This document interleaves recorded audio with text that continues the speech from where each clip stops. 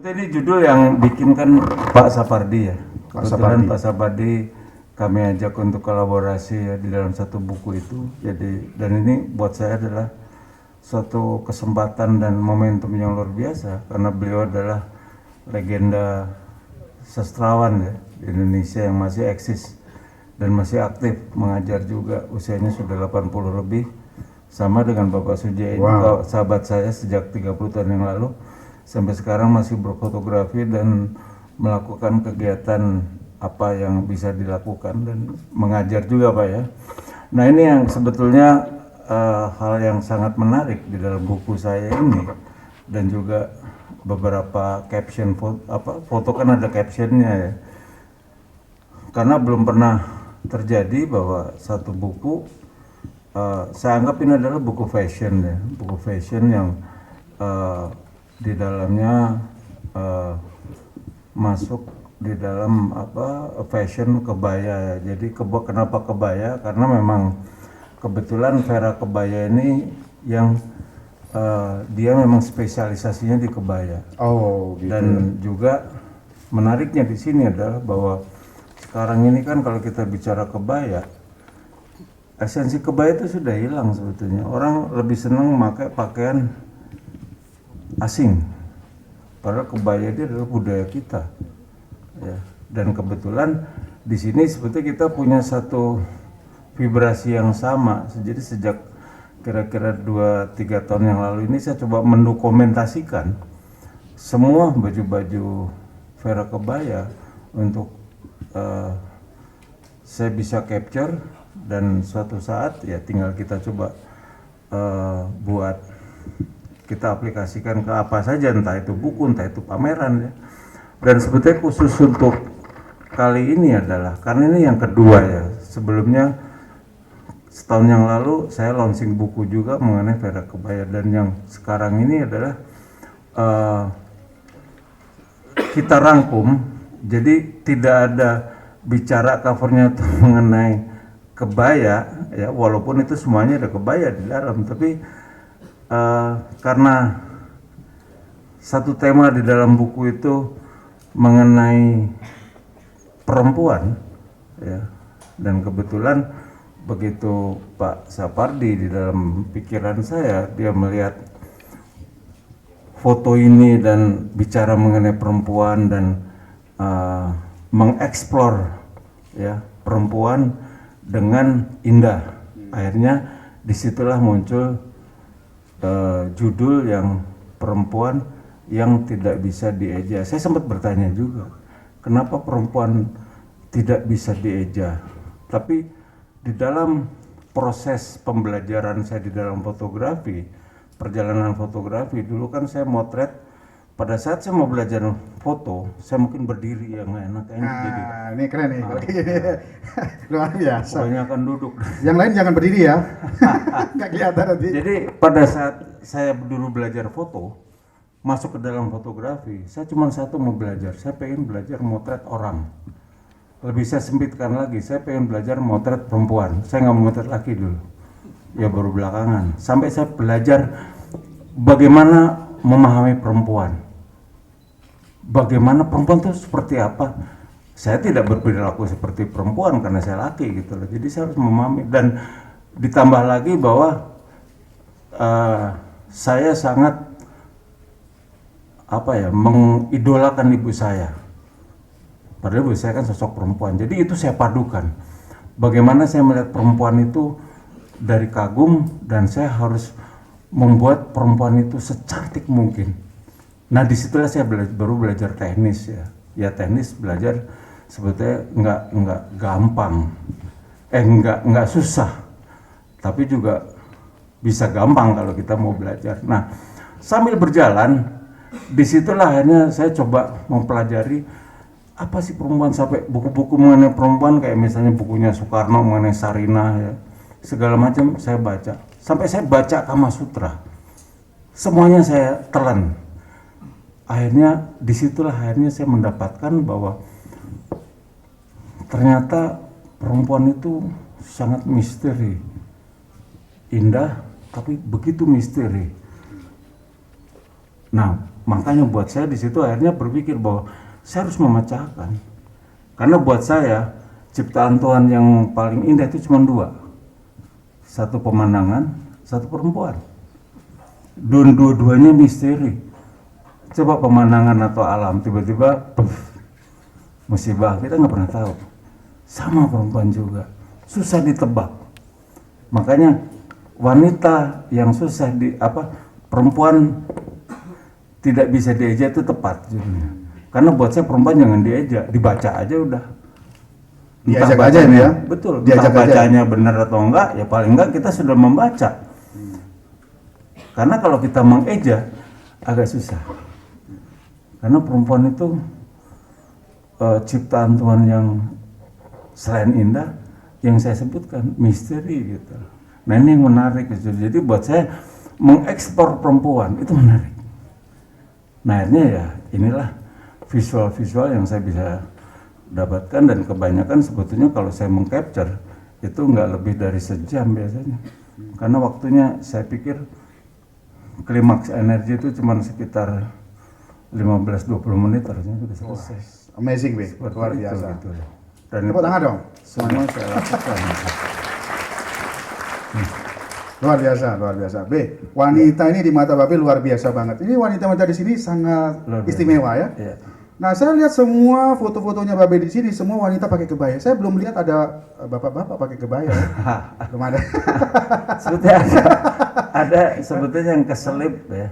Oh ya? Keselip pacarnya Bunga Jelita sama Maruli Simonang. Jangan disebut namanya, B. Saya nggak enak loh. Be. Dan itu saya nggak tahu fotonya di mana tuh. Oh, Ada di sudah mana fotonya? Oh, di disimpan ujung sana, sama ya. Mas Tapi Agus berarti. itu secara kebetulan aja bahwa ya artinya mungkin untuk mewakili bahwa saya juga bisa motret laki. Gitu. Mantap. Jadi Cuman bedanya kalau motret perempuan kan saya bisa mengarahkan, kamu ke sini, coba. Kalau laki kan coba kamu ke sini, kan kamu nggak coba mungkin. sana, ke kanan, ke kiri gitu ya. Be. Karena begitu saya motret laki, ego saya muncul. Kamu harus gagah, kamu harus begini gitu. Karena buat saya laki harus merepresentkan ya laki gitu. Agak repot makanya. Jadi kalau saya motret model yang agak sedikit gemuk agak susah juga gitu.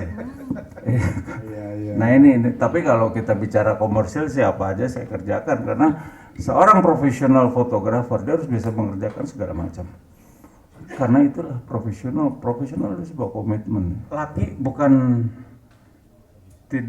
bukan susah, karena saya memang nggak terlalu tertarik kalau kita bicara misalnya, karena kan begini, foto itu ada dua, kita bicara profesional, kita bicara pekerjaan saya, atau kita bicara bahwa kesukaan saya gitu. Tapi sekarang ini ya sudah motret banyak teman laki saya, wis gue fotoin gue ya saya fotoin, kalau enggak dia ngamuk gitu.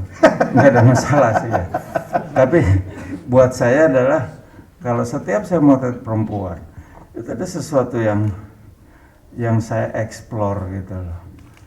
Karena setiap perempuan yang saya foto itu punya satu vibrasi yang berbeda gitu. Walaupun pada akhirnya secara visual itu sama ya, tapi ini sudah apa ya? Saya bukan ngomong lebih, dimensinya udah berbeda gitu ya. Jadi seperti itulah. Tapi ada pertanyaan tadi, sosok perempuan siapa yang saya masih pengen. Nah, ini misteri ini. Saya dari dulu nggak berpikir ke sana gitu loh. Kadang buat saya ya, motret satu tokoh ya atau yang biasa buat saya sama, nggak ada bedanya. Karena saya coba memperlakukan di dalam imajinasi saya sama gitu loh. Jadi misalnya saya motret si artis yang lagi ngetop, biasa aja menurut saya. Bukan sekarang, dari dulu loh. Jadi buat saya sama aja, karena buat saya dia adalah satu objek yang saya coba bisa memvisualkan dalam imajinasi saya gitu. Jadi nggak pengen misalnya saya mau motret. Bahkan dulu saya kalau jadi Elizabeth Taylor mau datang ke sini foto, tapi sama manajernya nggak boleh, dia harus berhenti di Singapura karena takut kena virus apa gitu. Bukan corona, Be, waktu itu. Bukan. Ibu Flu burung. Ya, Dewi Soekarno misalnya saya pernah foto juga, tapi buat saya nggak ada spesialnya, biasa saja gitu. Cuma ada satu sosok yang saya merasa sangat spesial dari semuanya itu siapa? Pak Jokowi. Karena saya bukan melihat beliau adalah seorang presiden, tapi sosoknya yang menarik. Sejak saya mengenal di wali kota, saya bilang ini sesuatu yang menarik. Sosok yang punya karakter, yang punya sikap, yang punya apa. Tracknya terus saya ikutin. Sampai pada saat beliau jadi, ya ini hanya cerita aja kebetulan karena ingat ya. Beliau jadi presiden 2014 dilantik, kan saya nggak mau terlihat, tapi batin saya selalu setiap ngelihat di bandara di mana, saya bilang saya pengen motret dia karena fotonya kurang asik, saya cuma gitu. Dan tercapai ya, Be ya. Iya. Dan kecapean ya, Be ya. Dan tercapai ya. Ya, iya. 2019 beliau nyari saya. Luar biasa. Pas saya masih di Bali atau di mana gitu loh. Pak Triawan nelfon saya, "Wis, besok bisa motret Pak Jokowi." Saya bisain, padahal besok saya masih ada tugas. Nggak apa-apa, saya balik lagi ke sana gitu. Tapi itu yang menarik di situ. Buat saya beliau adalah sesuatu yang pertama adalah ya satu tokoh entah pejabat yang saya idolakan gitu. Idola itu dalam arti bahwa sikap dia, perbuatan dia, perilaku dia itu yang sangat bagus untuk dicontoh gitu. Itu saja. Makanya pada saat saya motret juga begitu datang beliau kasih contoh-contoh fotonya Bill Gates, fotonya Obama, semua mengenai cover karena kan mau ngambil profil. Dia bilang ini contoh-contoh mas, saya pengen motret seperti kira-kira seperti ini gitu. Saya cuma bilang bapak lebih bagus dari ini. Saya bilang, kaget ya. pada saat itu saya nyeletuk aja. Sebetulnya nyeletuk saya itu untuk ngasih masukan energi ke beliau bahwa beliau lebih bagus. Kan jadi confidence kan. Nah begitu motretnya udah nggak ada masalah karena kan sudah terhipno ya. Wah gue lebih keren ini gitu. Seperti itu. Oke, terjawab ya, Mbak ya. Ya mas. Luar biasa. Oke, ada satu artis kemarin WA. Aku kapan difoto sama Mas Darwis, katanya begitu. Tapi itu 2 bulan lalu. Siapa? Mas Fatah. Mas Fatah. Oh Fatah. Tapi akhirnya nggak jadi lagi, karena cowok juga kan. Nggak tahu juga saya. Kalau Ya sudah lah ya. Kalau cowok nggak apa-apa. Nomor 10 aja gitu. Oke. Itu sudah saya kasih ke Mas Agus. Gimana? Ya sudahlah kalau gitu. Oke, pertanyaan kedua nih. Tadi yang pertama sudah terjawab ya, Mbak Ria Rizky. Oke, Mbak Saskia Meka ya tadi ya. Silakan. Saskia Meka. Ya, ini YouTuber semua nih, luar biasa nih. Oke, silakan berdiri. Luar biasa. Oh ya, dia Selamat siang Om Darwis. Ya, Perkenalkan saya Vanda dari Politeknik Negeri Jakarta. Sebelumnya kan tadi kan Om Darwis ada bilang kalau motret perempuan itu secara visual pada akhirnya sama-sama juga kan ya. Ya. Nah, kalau pertanyaan saya nih dari segi pernah nggak sih Om Darwis nemuin sosok perempuan yang mau dipotret dari gayanya beda, terus karakternya juga beda banget sama yang lain, itu pernah nggak Om? Itu aja, terima kasih. Oke, ya terima kasih. Sebetulnya ada 2 hal ya.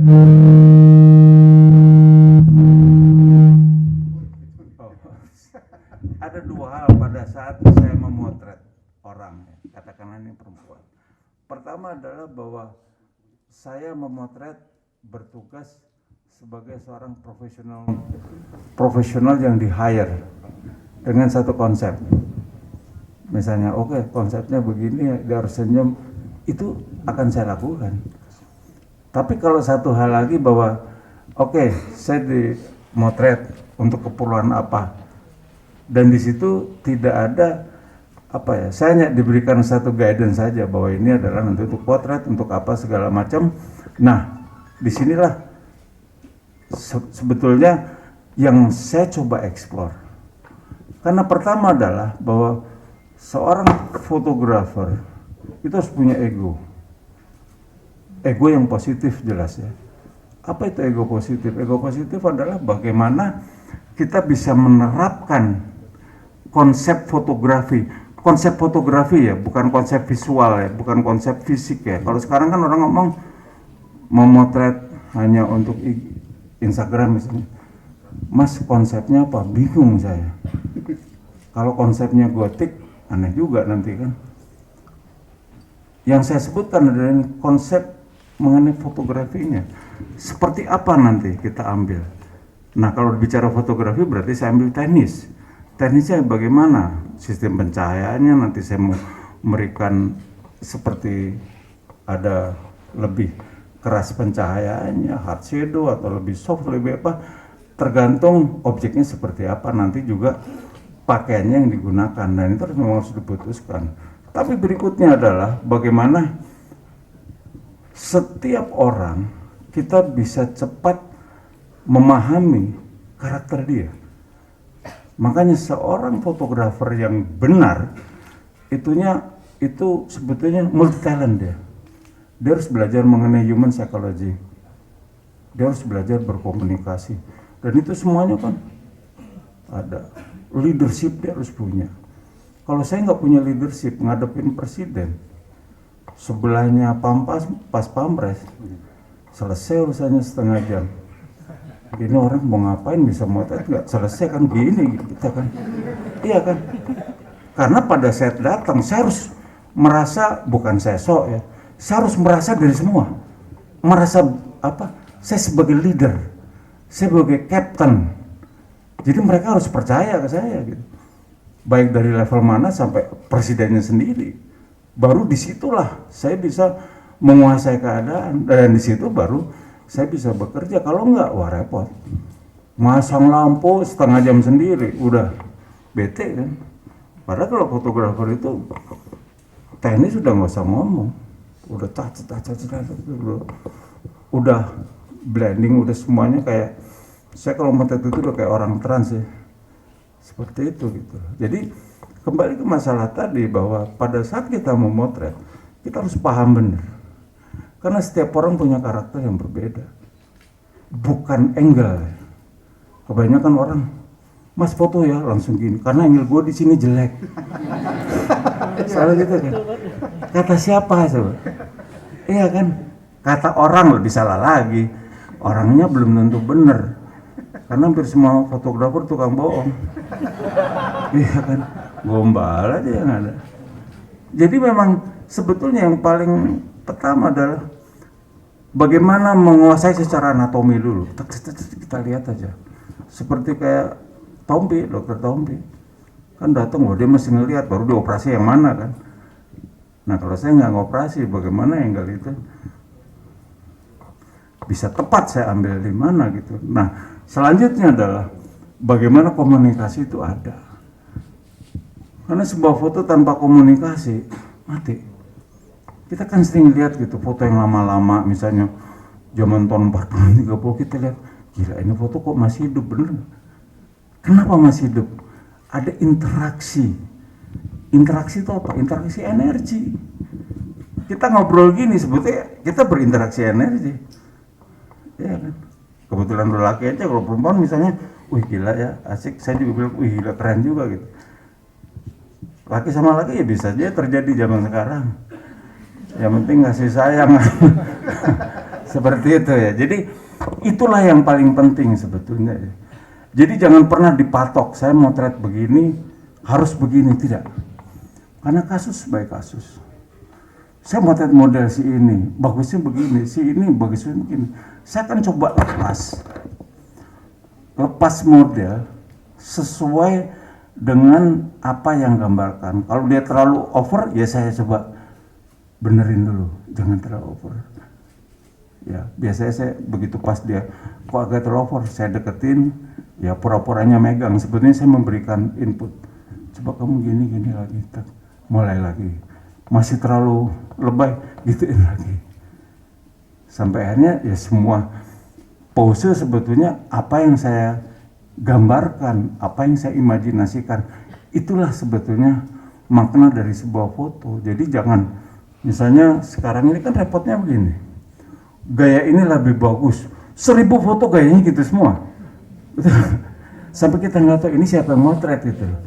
Karena colornya sama, karena editingnya sama, gayanya sama, cuman yang satu pendek, yang satu tinggi. Betul kan? Nah itu yang sebetulnya esensi fotografi yang hilang sekarang. Orang selalu berpikir kekinian. Boleh saja kekinian, tapi di dalam konsep atau konteks fotografi, usahakan bahwa kita punya karakter. Jadi kalau ada 50 orang fotografer pameran, ketahuan, oh ini si ini si ini gitu. Saya kadang-kadang suka diundang pameran wedding di daerah. Begitu saya datang, dari ujung sampai ujung sama asli semua. Sampai saya intip namanya, oh beda ya sama yang sana. Sebetulnya sama semua. Kadang-kadang pertanyaan, kenapa begini? Permintaan pasar, boleh sih. Tapi sebetulnya permintaan pasar itu kan tidak terkait dengan karakter ya. Contohnya film sekarang, banyak yang bikin film setan ya, mengenai setan. Tapi begitu kita masuk intronya, oh ini gayanya si A, sutradaranya bener nggak sama. Nah di dalam fotografi sebaiknya harus begitu.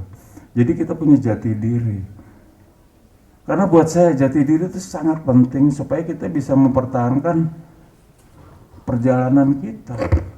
Kalau enggak 5 tahun bless hilang gitu, 2 tahun bless hilang. Itu yang terjadi gitu. Selain juga kita harus terus mengkoreksi sikap kita, karena buat saya fotografer itu satu, bukan hanya hasilnya saja, tapi karakter, perilaku, sikap itu penting.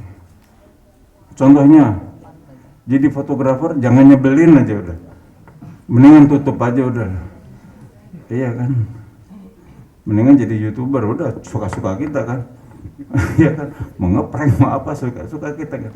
Tapi begitu jadi fotografer, terutama motret orang, kalau Pak saya fotografer, kata orang nyebelin tapi saya motret serangga, ya nggak apa-apa, serangga mah nggak apa-apa, silakan saja gitu. Landscape, oh silakan. Tapi begitu orang, ini persoalannya, kita harus belajar. Dan saya belajar dari dulu. Mungkin kalau ada yang kenal saya sejak dulu, beliau-beliau nih Pak Jai, kenal saya dari dulu, itu yang harus kita coba kita lihat. Bukan berarti, wah saya sekarang berbeda. Enggak, dari dulu yang saya begini ini. Iya kan, senangnya pakai baju hitam, rambutnya gini, ya enggak berubah. Cuman sikap saya coba pelan-pelan saya rubah sesuai dengan perjalanan saya gitu. Kalau dulu masih muda ya mungkin gaya saya agak berbeda, tapi begitu udah makin kesini makin ini juga harus berbeda seperti itu ya. Saya rasa itu.